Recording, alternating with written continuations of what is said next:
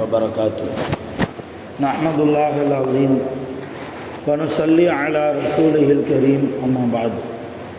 அருமையான பெரியோர்களே, ஜமாத்தார்களே, அல்லாஹ்வின் அருளால் ஃபஜ்ருடைய தொழுகையை தொழுதுவிட்டு குர்ஆன் ஹதீஸை பற்றி பேசுவதற்காக கேட்பதற்காக நாம் அமர்ந்திருக்கிறோம். அல்லாஹ் ஜல்லஷானஹு வ தஆலா நம்முடைய அனைத்து இபாதத்துகளையும் பரிபூர்ணமாக கபூல் செய்வானாக. ஆமீன். எல்லாம் உள்ள அல்லாஹ்வுடைய ரஹ்மத்தும் மக்ஃபிரத்தும் நம் அனைவர்கள் மீதும் முழுமையாக வந்து சேரட்டுமாக. ஆகும். சங்கையான பெருமக்களே, அல்லாஹ்வுடைய தூதர் முஹம்மது நபி ஸல்லல்லாஹு அலைஹி வஸல்லம் அவர்களிடத்தில் ஏராளமான அழகான குணங்கள் இருந்தது. அதில் மிக முக்கியமான ஒரு குணம், தன்னை எதிர்ப்பவர்களிடத்திலும் கூட அழகாக நடப்பது. தன்னை எதிரியாக நினைப்பவர்களிடத்தில் கூட அழகாக நடப்பது, தன்மையாக மென்மையாக நடப்பது. தன்னை பழிவாங்க யார் நினைத்தாலும் முஹம்மது நபி ஸல்லல்லாஹு அலைஹி வஸல்லம் அவர்கள் ஒருபோதும் அவரை பழிவாங்க நினைத்ததில்லை. தன்னை எதிரியாக நினைப்பவர்களை பழிவாங்க நினைத்ததில்லை. புகாரி கிதாபில் மிக நீளமான ஒரு சம்பவம்.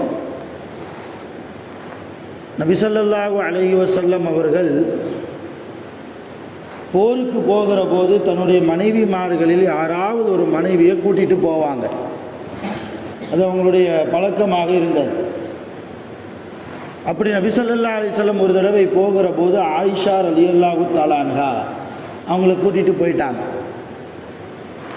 போயிட்டு திரும்ப மதீனாவுக்கு வரக்கூடிய வழியில் ஆயிஷா ரலியல்லாஹு தஆலா அன்ஹா அவங்களை எப்படி கூட்டு போனாங்கன்னா, அவங்களுக்கென்று தனி ஒட்டகம், ஒட்டகத்தை ஓட்டக்கூடியவர் இருப்பார். ஒட்டகத்திற்கு மேலே கூடாரம் அமைத்து அதற்குள்ளே ஆயிஷா ரலியல்லாஹு அன்ஹா இருப்பாங்க. ஆயிஷா அம்மா மட்டும் இல்லை, எல்லா பெண்கள் கூட பிரயாணத்தின் போது அப்படித்தான் போவாங்க. ஏன்னா அந்நிய ஆண்கள் அவங்கள பார்த்து விடக்கூடாது இல்லையா? இவங்களும் அந்நிய ஆண்களை பார்க்கக்கூடாது, அந்நிய ஆண்களும் பெண்களை பார்க்கக்கூடாது.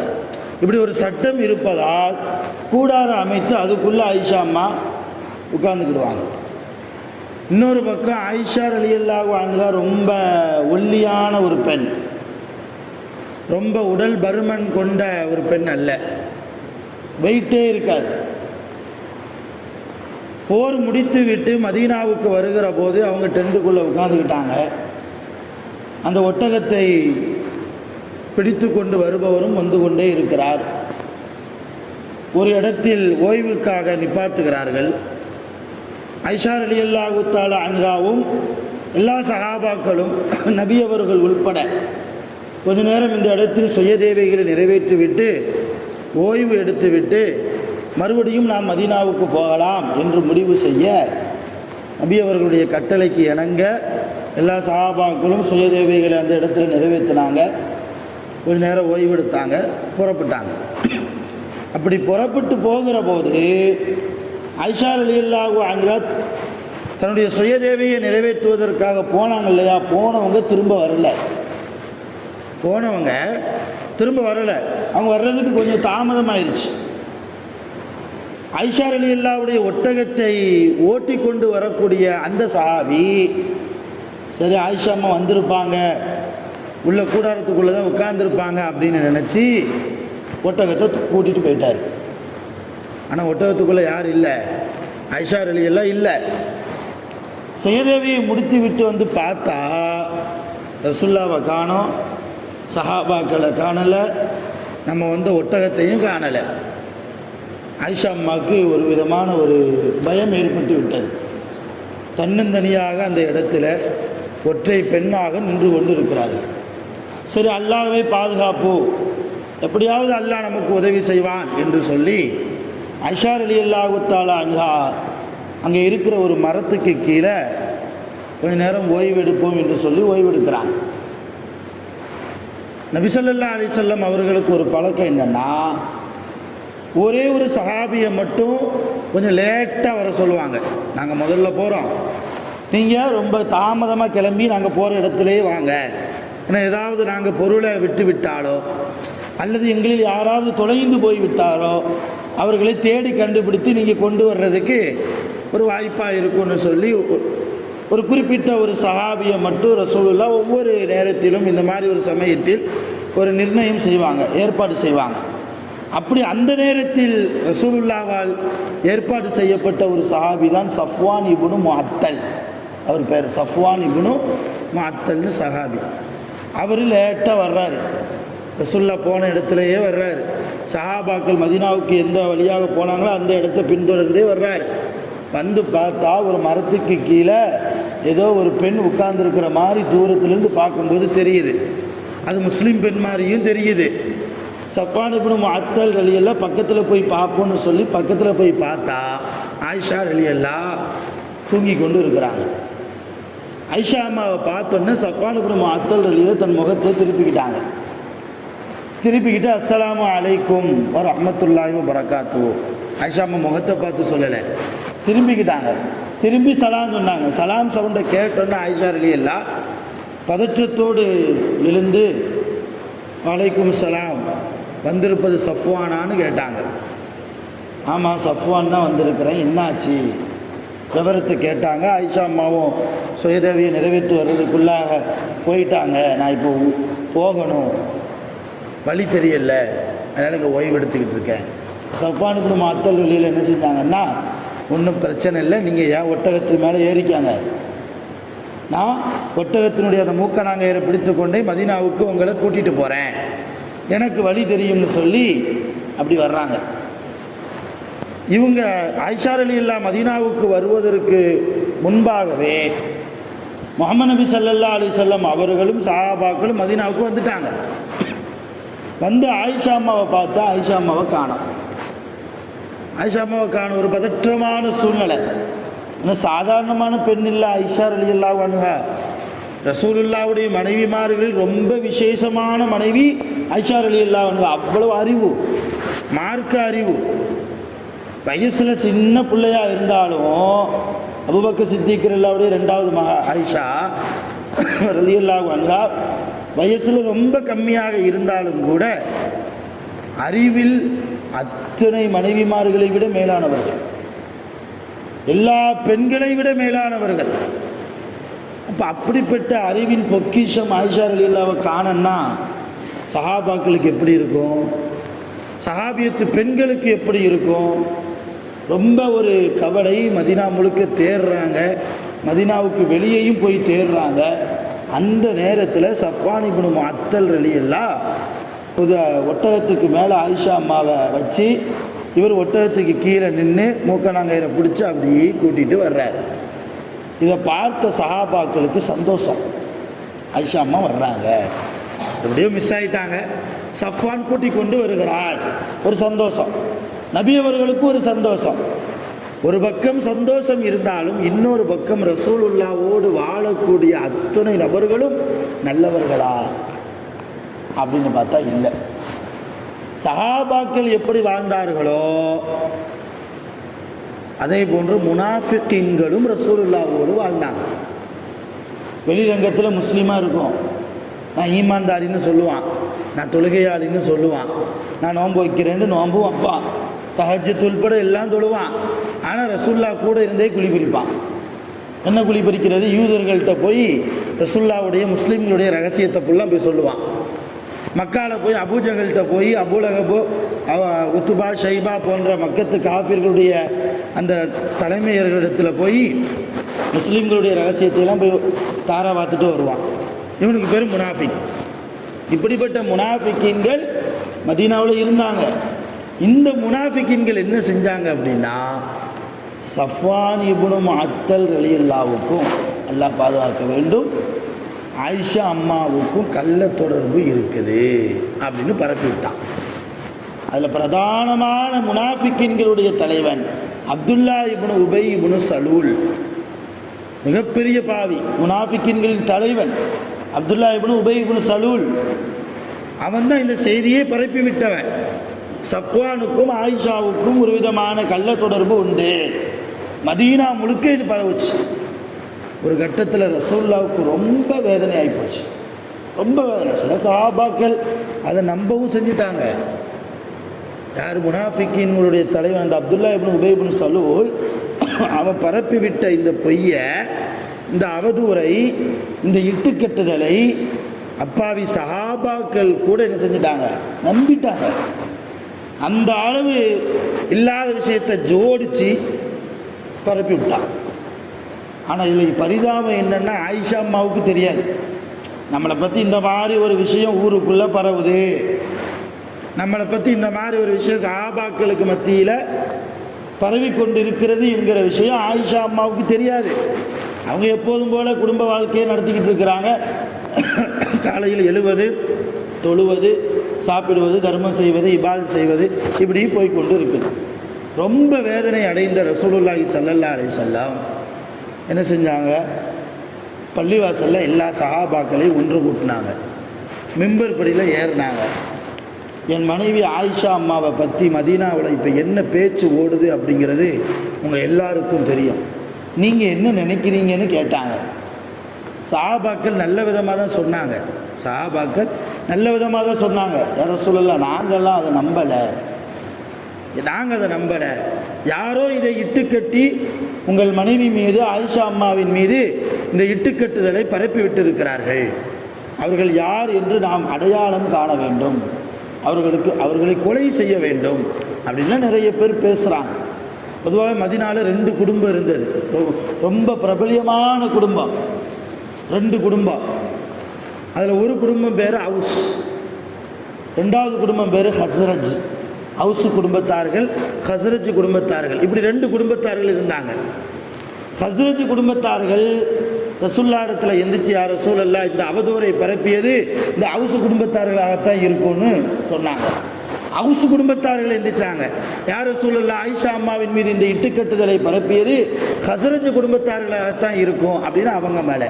இப்படி ஒருவருக்கு ஒருவர் பள்ளிவாசலில் உட்கார்ந்துக்கிட்டு அல்லாஹ்வுடைய ரசூலுக்கு முன்னால் சப்தம் போட்டு பேசி கொண்டிருந்ததால் அது கூட கொஞ்சம் ரசூலுல்லாஹ்வுக்கு மனவேதனையே ஏற்பட்டுச்சு. இதில் என்னென்னா, ரசூலுல்லாஹ்வுக்கு நல்லா தெரியும். என்ன தெரியும்? யார் இந்த அவதூறை பரப்பி விட்டது ரசூலுல்லாஹ்வுக்கு தெரியாதா? கபருக்குள்ளே இருக்கிற ஒரு ஜனாசா என்ன நிலைமையில் இருக்குது என்பதை பார்க்கக்கூடிய முஹம்மது ரசூலுல்லாஹ் வானுக்கு மேலே என்னென்ன நடக்குது என்பதை பூமியிலிருந்தே பார்த்து சொல்லக்கூடிய முஹம்மது நபி ஸல்லல்லாஹு அலைஹி வஸல்லம் அவர்களுக்கு தன் மனைவியின் மீது இவ்வளவு பெரிய சாக்கடையை அள்ளி வீசிய அந்த மனிதன் யார் என்பது ரசூலுல்லாஹ்வுக்கு தெரியாதா? தெரியும்.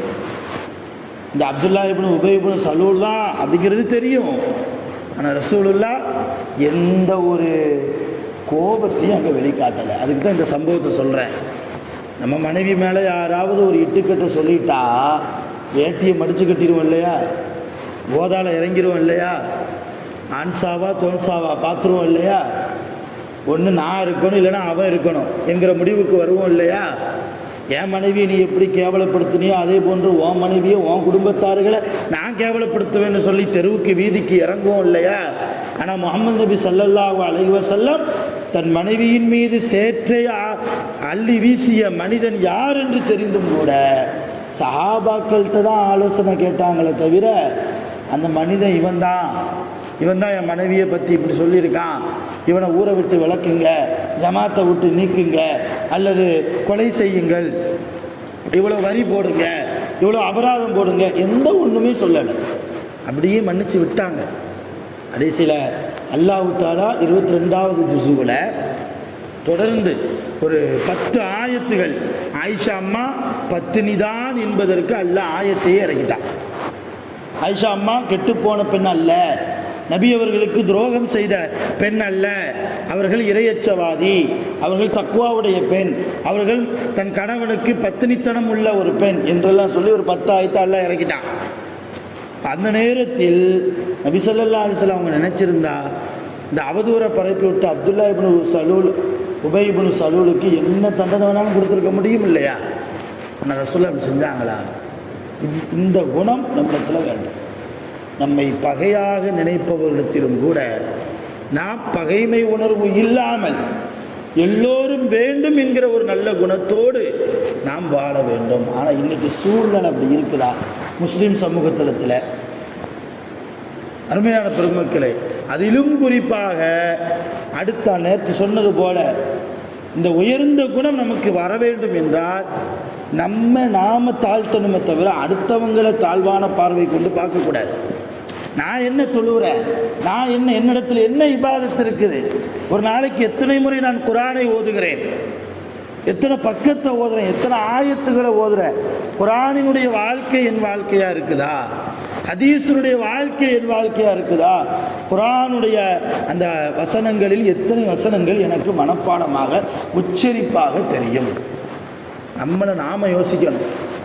இப்போ என்ன ஆகி போச்சு, குர்ஆனை மனப்பாடமாக்கின ஆப்சா ஆலிம்சா மேலேயே கோபமான ஒரு விரோத போக்கை காண்பிக்கக்கூடிய ஒரு சூழ்நிலை பொதுவாக எல்லா இடங்களிலும் பார்க்கலாம்.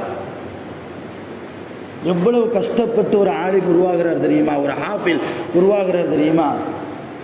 நானே என்னுடைய சொந்த அனுபவத்தில் சொல்வதாக இருந்தால், அஊது பில்லாஹி மினஷ் ஷைத்தானிர் ரஜீம் இதை உச்சரிப்பாக சொல்வதற்கு எனக்கு ஒரு வாரம் ஆச்சு. உச்சரிப்போடு அஊது பில்லாஹி மினஷ் ஷைத்தானிர் ரஜீம் சொல்கிறதுக்கு நான் ஓதுகிற காலத்தில் ஒரு வாரம். ரெண்டாவது பிஸ்மில்லாஹிர் ரஹ்மானிர் ரஹீம், அதில் ஹா வருது, அடுத்து ஹா வருது, அடுத்து ரா வல்லினமாக உச்சரிக்கணும். இப்படி நிறைய சட்டங்கள் இருக்குது. இதுக்கு ஒரு வாரம் ஆச்சு. அஊது பில்லாஹி மினஷ் ஷைத்தானிர் ரஜீம், பிஸ்மில்லாஹிர் ரஹ்மானிர் ரஹீம், இந்த ரெண்டுக்குமே 2 வாரம். இப்படி ஒவ்வொரு ஆயத்துகளையும் பார்த்து பார்த்து உஸ்தாத் அவர்களால் திருத்தி கொடுக்கப்பட்டு மனப்பாடமாக்கி 3 வருடம், சில பேர் 4 வருடம் 5 வருடம் கூட குர்ஆனை மனப்பாடமாக்கக்கூடியவர்கள் இருக்கிறார்கள். அப்படி குர்ஆனை மனப்பாடமாக்கி அதற்கு பின்னால் ஒரு 7 வருடம் குர்ஆனுக்கு விளக்கமாக, அந்த 7 வருடத்தில் 3 வருடம் அரபி இலக்கணத்தை மட்டுமே படித்து, அடுத்து இருக்கக்கூடிய 4 வருடம் குர்ஆனுடைய தஃப்சீருடைய கல்வி, இலக்கியத்தினுடைய கல்வி, ஹதீஸ் என்றால் என்ன என்பது பற்றி உண்டான ஞானம் எல்லாத்தையும் படித்து ஒரு தியாக வாழ்க்கை. அந்த 10 வருஷம் அவர் குடும்பத்துக்காக ஏதாவது வேலைக்கு போனால் எவ்வளோ சம்பாதிக்கலாம்?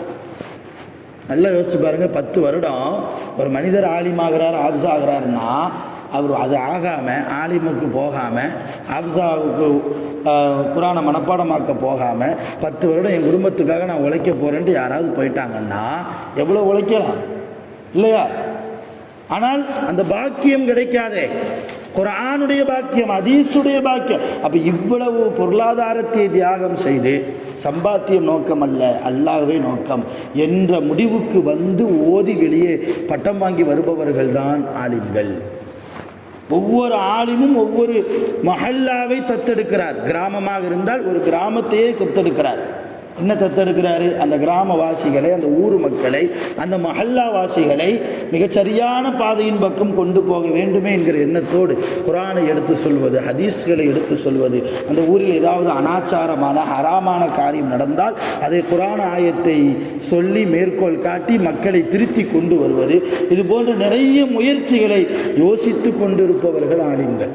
யோசித்து கொண்டிருப்பவங்க சாதாரணமாக 10 நிமிஷம் பயான் பேசுகிறதா இருந்தாலே குறைஞ்சது 1 மணி நேரம் உட்காந்து யோசிக்கணும். என்ன பேசலாம்? நேற்று பேசுனது இன்றைக்கி பேச முடியாது, முந்தானத்து பேசுனது இன்றைக்கி பேச முடியாது. பேசுனா என்ன சொல்லுவாங்க? மக்கள் அரைச்சமாகவே அரைக்கிறாரு, வேறு விஷயம் இல்லையா, வேறு புதுசாக ஏதாவது சொல்லலாமே. இதோடு நிகழ்காலத்தில் உலகத்தில் நம்ம கூட என்ன நடக்குதோ அந்த விஷயத்தையும் கம்பேர் பண்ணி பேசணும். எல்லாத்தையும் ஒரு 10 நிமிஷம் பேசுகிறதா இருந்தால் 1 மணி நேரம் உட்காந்து யோசித்தா தான் வரும். அந்த 1 மணி நேரம் அவர் ஃப்ரீயாக இருந்தால் பிரச்சனை இல்லை. அவருக்குன்னு குடும்பம் இருக்கும், அவருக்குன்னு குழந்தை குட்டி இருக்கும், அவருக்குன்னு பெற்றோர்கள் இருப்பாங்க. வீட்டையும் கவனிக்கணும், குடும்பத்தையும் கவனிக்கணும். பணி செய்கிற இடத்துல எப்படி பயான் பேசுறது, எதை சொல்கிறது, எதை சொல்லக்கூடாது, எந்த வார்த்தையை எப்படி பேச, எல்லாம் யோசிக்கணும். அவ்வளவு வேலை பளு நிறைந்த ஒரு பணி தான் இந்த இமாமத்துடைய பணி. இதுலேயும் 4 மக்கள் 4 விதமாக இருப்பாங்க. ஒக்கூரில் அப்படி கிடையாது, அல்லாஹ்வுடைய கிருபையில். மற்ற ஊர்களில், எங்கள் ஊர்லலாம் ஒவ்வொரு மஹல்லாவிலையும் ஒவ்வொரு மனிதரும் நாட்டாமை, ஒவ்வொரு ஆளும் யார் தலைவர் தான் அப்படி பேசுவாங்க. எங்கள் ஊரில் எல்லா பள்ளிவாசலில் உள்ள மஹல்லாவில் உள்ள நபர்களும். அப்போ அவங்களையும் சமாளிக்கணும். 4 பேர் சட்டம் கேட்டு வருவாங்க, அவங்களுக்கும் சட்டத்தையும் சொல்லணும். இப்படி நிறைய துறைகளில் தன்னை ஈடுபடுத்தி கொண்ட அந்த ஆலிம்களுடைய மனதை, அருமையான பெருமக்களை, ஆழமாக பதிய வைங்க. நான் ஆலிமாக இருப்பதால் சொல்லலை, பொதுவான கருத்தை சொல்கிறேன். ஆலிம்களுடைய மனதை காயப்படுத்தக்கூடாது, ஆலிம்களுடைய மனதை ஒருபோதும் நோகடிக்கக்கூடாது. ஆலிம்கள் மட்டுமா? அப்படி அல்ல.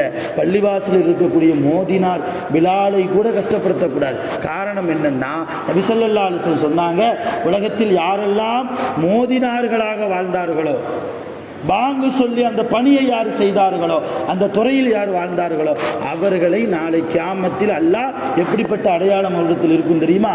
அவர்களுடைய கழுத்து கொஞ்சம் நீளமாக இருக்கும். அவருடைய கழுத்து கொஞ்சம் நீளமாக இருக்கும். கியாமத்து நாளில் யாருடைய கழுத்துலாம் கொஞ்சம் நீளமாக இருக்கோ அவங்கள அடையாளம் படுத்திக்கலாம். இவங்கெல்லாம் உலகத்தில் பள்ளிவாசலில் மோதினார் வேலை பார்த்துருக்குறாங்க அப்படின்னு நம்ம அடையாளம் கண்டுக்கொள்ளலாம். அந்த கழுத்து நீளமான மோதினார்களே அல்லாஹ் கேள்வி கணக்குகளை லேசாக்கி சுவனத்திற்குள் அனுப்புவார். சொல்கிறது யார்? முஹம்மது நபி ஸல்லல்லாஹு அலைஹி வஸல்லம். இன்னொரு பக்கம் அவர் பாங்கு சொல்கிற போது அவருடைய குரல் அல்லாஹு அக்பர் அல்லாஹு அக்பர் எங்கெல்லாம் கேட்கிறதோ, மனிதனுடைய காதில் அல்ல, புற்பூண்டுகள், மரம் செடி கொடிகள் அதுக்கும் காது கேட்கும். அது காது கேட்கிற காலமெல்லாம் அந்த மோதினாருக்காக, பாங்கு சொல்லக்கூடியவருக்காக என்ன செய்யுது? மரம் செடி கொடி கல் புற்பூண்டு எல்லாமே அந்த மோதினாருக்காக, பிலாலுக்காக அல்லாஹ்விடத்தில் இஸ்திக்ஃபார் தேடுகிறது. அல்லாஹ் இந்த பாங்கு சொல்லக்கூடிய பிலாலுடைய பாவத்தை மன்னிப்பாயாக. எவ்வளோ பெரிய பாக்கியம், எவ்வளோ பெரிய பாக்கியம் இல்லையா? அதனால தான் சஹாபாக்கள் பாங்கு சொல்கிறதுக்கு போட்டி போட்டுட்டு வருவாங்க. போட்டி போட்டு இன்றைக்கி ஏதாவது ஒரு பள்ளிவாசலில் பிலால் பாங்கு சொல்கிற நேரம் வந்துருச்சு, ஆனால் கொஞ்சம் லேட் ஆயிடுச்சு, 1 நிமிஷம் 2 நிமிஷம் லேட் ஆயிடுச்சு, சந்தோஷப்படுறோமா? சரி, பிலால் வரல, 1 நிமிஷம் 2 நிமிஷம் லேட் ஆகுது, நம்ம பாங்கு சொல்லலாம். நம்ம சவுண்டு எங்கெல்லாம் கேட்குதோ, புற்பூண்டுகள்லாம் நம்முடைய பாவத்தை மன்னிக்கிறதுக்கு இஸ்திக்ஃபார் தேடும். சந்தோஷப்படுறோமா அல்லது பிலால் மேலே கோவப்படுறோமா? இந்த பாங்கு சொல்ல நேரம் ஆயிடுச்சு, 1 நிமிஷம் 2 நிமிஷம் தள்ளி போயிடுச்சு, இன்னும் அவரை காணுமே, கோபப்படக்கூடிய இடத்துல தான் இருக்கிறோம். காரணம், அவர் சம்பளம் வாங்குறார் என்பதற்காக. ஒன்றை மட்டும் யோசிச்சுக்கோங்க, பிலாலுக்கோ பள்ளிவாசலில் பணிபுரியக்கூடியவர்களுக்கோ இமாம்களுக்கோ எந்த சம்பளத்தையும் உலகத்தில் கொடுத்து விடவே முடியாது. நிறைவான சம்பளத்தை கொடுத்து விட, ஏதோ உலகத்தில் வாழணும், மாசமான ஏதாவது ஒரு பொருளாதாரம் தேவைப்படுது, அதற்காக வேண்டி ஒரு கண்ணியமான சம்பளத்தை எல்லாரும் கொடுக்குறாங்களே தவிர, நிரப்பமான சம்பளம் அவர்கள் பார்க்கிற பணிக்கு, வேலைக்கு யாராலும் கொடுத்து விட முடியாது. அவ்வளவு உயர்ந்த அந்தஸ்தில் இருப்பவர்கள் இமாம்கள், பிலால்கள், அடுத்து பள்ளிவாசலில் வேலை செய்யக்கூடியவர்கள். நபி ஸல்லல்லாஹு அலைஹி வஸல்லம் ஒரு நாள் வெளியூர் போயிட்டு வர்றாங்க. அப்போ மஸ்ஜித் நபவியை ஒரு அம்மா சுத்தம் பண்ணோம். அந்த அம்மாவை காணோம். சஹாபாக்களை கூப்பிட்டு கேட்காங்க, எங்கே அந்த அம்மாவை காணுமே, எப்போதும் பள்ளிவாசலில் சுத்தம் செய்வாங்களே. சஹாபாக்கள் சொல்கிறாங்க, யார் ரசூலுல்லாஹ், நீங்கள் வெளியூர் போயிருக்கும்போது அந்த அம்மா வஃபாத் ஆகிட்டாங்க, நாங்கள் தொலை வச்சு அடக்கம் செஞ்சிட்டோம். ரசூலுல்லாஹ் அப்படியான்னு சரின்னு கேட்டு போகலை. அந்த அம்மாவுடைய ஜனாசா அடக்கம் செய்யப்பட்டிருக்கிற அந்த கபரை காட்டுங்கன்னாங்க. சஹாபாக்கள் கூட்டிகிட்டு போனாங்க, மையவாடிக்கு காமிச்சாங்க, இதுதான் அந்த அம்மாவுடைய ஜனாசா. சரி போங்கன்னாங்க. ரசூலுல்லாஹ் ரொம்ப நேரம் நின்று அந்த அம்மாவுக்காக துவா செஞ்சாங்க, அல்லாஹ்விடத்தில் துவா செஞ்சாங்க. காரணம், பள்ளிவாசலில் பணி செய்யக்கூடிய அந்த பெண் ஒரு தூசியை எடுத்து, பள்ளிவாசலில் ஏதாவது ஒரு தூசி இருந்தாலும் கூட அதை எடுத்து போட்டால் மிகப்பெரிய கூலி அல்லாஹ்விடத்தில். பள்ளிவாசலை அலங்காரம் செய்வதற்கு ஒரு சின்ன ஒரு விளக்கு, ஒரு லைட்டு, ஒரு பல்பு வாங்கி போட்டால் அல்லாஹ்விடத்தில் அளவுக்கு அதிகமான நன்மை கிடைக்கிறது. அதை உணர்த்துவதற்காக நபி ஸல்லல்லாஹு அலைஹி வஸல்லம் அந்த அம்மாவுடைய கபரில் இருந்து துவா செஞ்சாங்க. இத்தனைக்கும் அந்த அம்மாவுக்கு தேவையான உணவு தானியங்கள், தீனார்கள், திருகங்களை அப்பப்போ கொடுத்துக்கிட்டு இருந்தாங்க. உலகத்தில் வாழ்கிற போது அந்த அம்மா ரசூலுல்லாஹ் கொடுத்துக்கிட்டு இருந்தாங்க அந்த அம்மாவுக்கு, அந்த பெண்மணிக்கு. என்ன புரிகிறோம்? பள்ளிவாசல் வேலை பார்க்கக்கூடிய பெண்ணாக இருந்தாலும் கூட, ஆணாக இருந்தாலும் சரி, அவர்கள் அல்லாஹ்விடத்தில் உயர்ந்த இடத்தில் இருப்பவர்கள். அதனால் நம் உலகத்தில் வாழ்கிற போது உண்மையான பெருமக்களை யாரும் யாரையும் தாழ்வாக ஒருபோதும் நினைக்கக்கூடாது. குறிப்பாக ஆலிம்கள், குறிப்பாக பள்ளிவாசலில் பணிபுரியக்கூடிய பிலால்கள், குறிப்பாக பள்ளிவாசலில் பணிபுரியக்கூடிய இமாம்கள், பிலால்கள் அல்லாத சாதாரண மக்கள் யாராக இருந்தாலும் அவர்களுக்கென்று அல்லாஹ்விடத்தில் ஒரு மகத்தான ஒரு இடம் தரஜா இருக்கிறது என்பதை மனதில் வைத்து கொண்டு அவர்களோடு கண்ணியத்தோடு நடப்பது, அவ்விடத்தில் பேசக்கூடிய வார்த்தையிலும் கூட கண்ணியத்தை கடைபிடிப்பது. வல்ல ரஹ்மான் இப்படிப்பட்ட அழகான குணங்களை நம்மை எதிரிகளாக நினைப்பவரிடத்திலும் கூட நாம் அழகாக நடப்பதற்கு அல்லாஹ் நம் அனைவர்களுக்கும் அருள் புரிவானாக. உலகத்தில் வாழ்கிற போது நோய் நொடிகள் இல்லாமல், ஆஸ்பத்திரி செலவுகள் இல்லாமல், ஆஃபியத்தோடு ஆரோக்கியத்தோடு நீண்ட ஆயுள் காலம் அல்லாஹுவால் வழங்கப்பட்டு சாலிஹான நிறைய அமல்களை செய்து கலிமாவை மொழிந்து மரணிப்பதற்கு அல்லாஹ் நம் அனைவர்களுக்கும் அருள் புரிவானாக. ஆகிரு தஅவானா அல்ஹம்துலில்லாஹி ரப்பில் ஆலமீன். சுப்ஹானல்லாஹி வ பிஹம்திஹி, சுப்ஹானல்லாஹி வ பிஹம்திஹி, அஷ்ஹது அன் லா இலாஹ இல்லா அன்த, அஸ்தக்ஃபிருக வ அத்தூபு இலைக். ஆமீன். சுப்ஹான ரப்பிக ரப்பில் இஸ்ஸத்தி அம்மா யசிஃபூன் வ ஸலாமுன் அலல் முர்ஸலீன் வல்ஹம்துலில்லாஹி ரப்பில் ஆலமீன். ஸல்லல்லாஹு அலா முஹம்மத் ஸல்லல்லாஹு அலைஹி வஸல்லம். ஸல்லல்லாஹு அலா முஹம்மத் ஸல்லல்லாஹு அலைஹி வஸல்லம். ஸல்லல்லாஹு அலா முஹம்மத் யா ரப்பி ஸல்லி அலைஹி வஸல்லம்.